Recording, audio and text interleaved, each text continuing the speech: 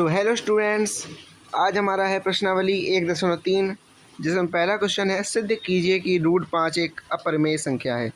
तो हम लोग पहले लिखेंगे माना √5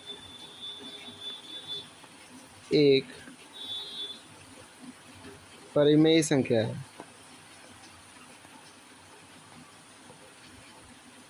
स्टूडेंट्स, ये बहुत ही इम्पोर्टेंट सवाल है, मोस्ट इम्पोर्टेंट सवाल। ये हर सेट में, हर बार परीक्षा में आपको देखने को मिलेगा।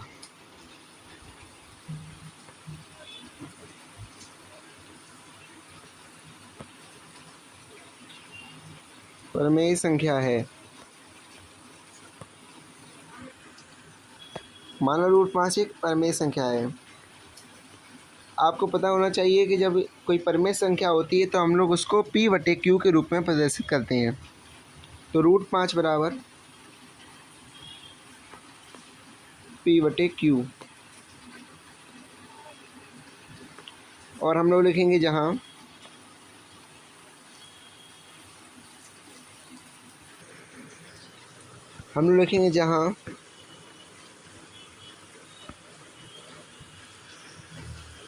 P/Q एक पूर्णांक है।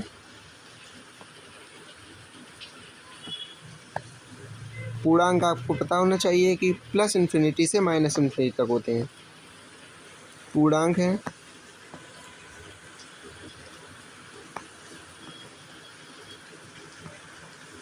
और Q is not equal to 0, क्योंकि अगर बटे में 0 होगा, Q बराबर बटे में है ना, तो Q बटे में 0 होगा अगर, तो वह संख्या अपरिभाषित चली जाती है।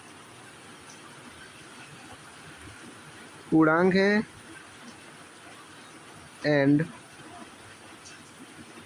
Q is not equal to 0, Q 0 के बराबर नहीं होना चाहिए, और P व Q के कोई सार्वगुणनखंड नहीं होंगे।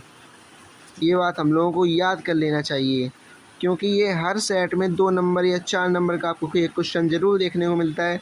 तो इतनी सी छोटी सी बात तो याद कर लेनी ही चाहिए 2 नंबर की वजह से। Q के कोई सार्वगुणनखंड नहीं है। सार मतलब दोनों में कॉमन गुणनखंड नहीं है, नहीं है। अब हम लोग सवाल लिखेंगे। हम लोगों ने अपनी वो नियम बता दी, शर्तें रख दी हैं। अगर इनमें से किसी को भी फॉलो नहीं करता तो सवाल गलत हो जाएगा। P/Q। अब हम लिखेंगे, चूँकि हम लोगों को ये जो आपको रूट दिख रहा है इसको हटाना है, तो रूट हटाने के लिए आपको पता होना चाहिए कि किसी संख्या के ऊपर अगर रूट लगा है तो उस पर हम लोग स्क्वायर कर दें, यानी कि वर्ग कर देते हैं, तो उस संख्या का रूट हट जाता है। चूँकि हमें ये P/Q एक परिमेय संख्या है और हम लोगों को पता है कि √5 एक अपरिमेय संख्या है, लेकिन हमें सिद्ध करना है तो इसके लिए रूट हटाना पड़ेगा ना। तो हम लोग पहले रूट हटाएंगे। लिखेंगे हम लोग दोनों पक्षों का वर्ग करने पर। ये आपने शायद क्लास 9 में पढ़ा होगा, दोनों पक्षों का वर्ग कैसे किया जाता है। पक्षों का वर्ग, ठीक है। तो √5 का वर्ग मैंने बताया रूट हट जाता है, कैंसिल हो जाता है, तो 5 आएगा, और P/Q का तो P²/Q² आ जाएगा, ठीक है। आप लोग क्रॉस मल्टीप्लाई करेंगे, यानी कि कैंची गुणा करेंगे, तो क्या आएगा 5Q² is equal to P²। अब हम लोग लिखेंगे जहाँ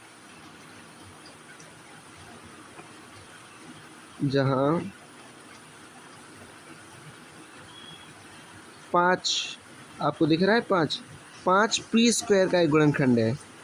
देखो P² क्या गुणनखंड हो गए, मतलब P² किसके बराबर, 5 × Q² के बराबर है। तो हम देखेंगे जहाँ 5 P² का एक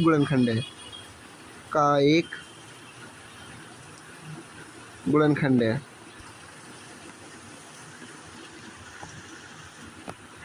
गुणनखंड है। हम लोगों को लिखना चाहिए आवाज गुणनखंड, चलो फिर भी सही है, गुणनखंड है। तो आपको यह बात पता होनी चाहिए कि अगर कोई संख्या किसी संख्या के वर्ग का गुणनखंड है तो वह संख्या उस संख्या के भी गुणनखंड होगी। तो 5 पी का भी एक गुणनखंड होगा, पी का भी एक गुणनखंड होगा।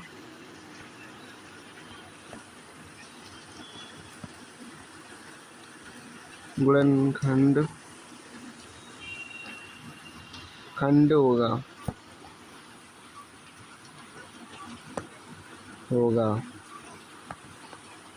ठीक है, तो 5 किसका आ गया, पी का भी एक गुणनखंड होगा। ठीक है, अब हमें पता चल गया पी बराबर 5 है। तो हम लोग इसको समीकरण पहले एक मान लेते हैं।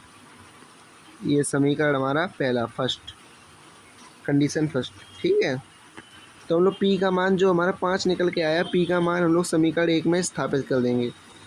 मान आपने 9th में सीखा होगा, मान रखना कर्ण एक में रखने पर, ये आप समझ जाना, मैं लाइन कर दे रहा हूँ।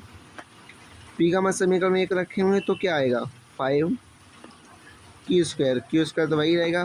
पी का मान 5 है, तो देखिए ये पी है, इसका मान 5 है, तो 5 का स्क्वायर, क्योंकि यहाँ स्क्वायर लगा है, ये देखिए लगा है। आपको पता होगा 5 स्क्वायर 25 होता है, और ये हाँ ये वाला 5 है जो इसके बटे में चला जाएगा ना, 5, और इससे कट जाएगा 5 5, तो क्यू बराबर 5, ओ सॉरी क्यू स्क्वायर बराबर 5। हम लोग वही फिर से दोबारा रिपीट करेंगे, जहाँ हमारा सॉल्व हो चुका है, पूरा 2 नंबर पक्का हो गया हम लोगों का सवाल, जहाँ 5 क्यू स्क्वायर का ही गुणनखंड है।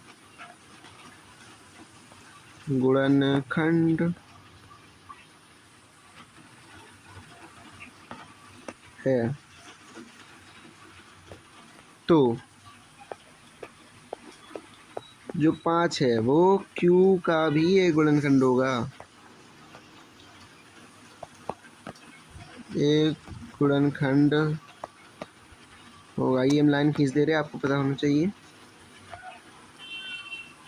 चूँकि हम देखिए वो सिद्ध करके आए हैं क्या, P व Q के कोई सार गुणनखंड नहीं है, चूँकि लेकिन हमें तो दिख रहे हैं 5 P का भी गुणनखंड है और 5 Q का भी है, तो ये सार हो गए। तो हम लोग लिखेंगे, चूँकि हम जानते हैं, चूँकि का आपको साइन पता होना चाहिए, चूँकि का साइन ये होता है, ठीक है, 2 डॉट ऊपर 1 डॉट नीचे। चूँकि हम जानते हैं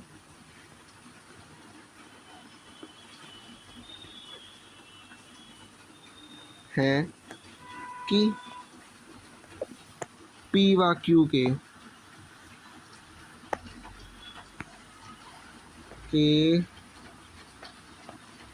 कोई सार गुणनखंड नहीं है। मैं शॉर्ट में लिख दे रहा हूँ, सार गुणनखंड समझ जाना आप, नहीं है। ठीक है,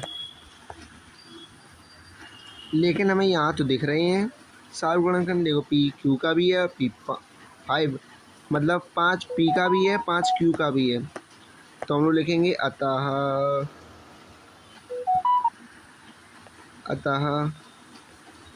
हमारी कल्पना असत्य सिद्ध हुई, असत्य, और हमारा बस सॉल्व हो गया है सवाल, सत्य सिद्ध हुई। इसलिए √5 एक अपरिमेय संख्या है। ठीक है दोस्तों, अगर आपको समझ में आ गया हो तो हमारे SGIC क्लासेस चैनल को सब्सक्राइब कर लें। ये हमारी पहली वीडियो है पढ़ाई से रिलेटेड। और आपको वीडियो चाहिए हो तो कमेंट में वो लिखें यस सर, और अपना क्वेश्चन अगर डाउट पूछना हो किसी इस क्वेश्चन संबंधित तो पूछ सकते हैं। रूट 5 एक अपरिमेय संख्या है। अब पूरा लिख देता हूँ, इतनी देर हो गई है। अपरिमेय संख्या है। ओके दोस्तों, थैंक यू, आपने मेरी पूरी वीडियो देखी। Thank you.